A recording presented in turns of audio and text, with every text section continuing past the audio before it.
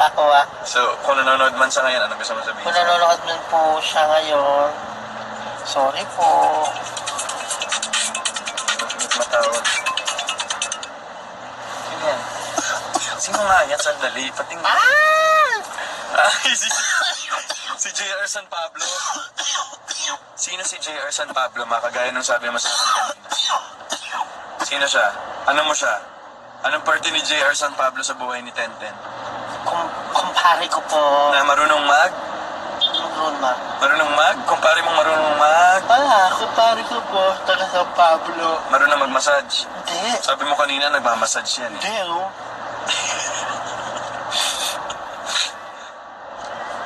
Share ko po kahapon kasi sa set. Ay, tika mo.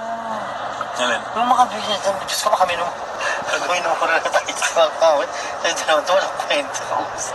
Hindi.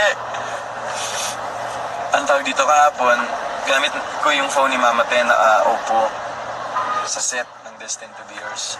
Tapos, ma-explain mo nga sa akin bakit may mga nagtitext sa'yo na number lang. Tapos tinatanong kung magpapamassage ka.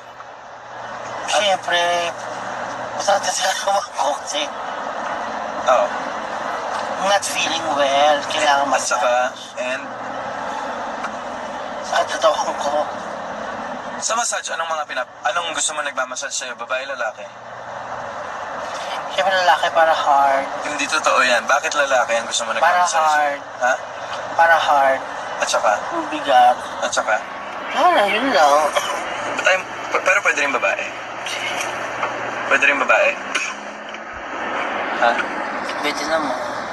Pero, anong masusumo? Lalaki o babae? Siyempre lalaki. Bakit? Hard nga.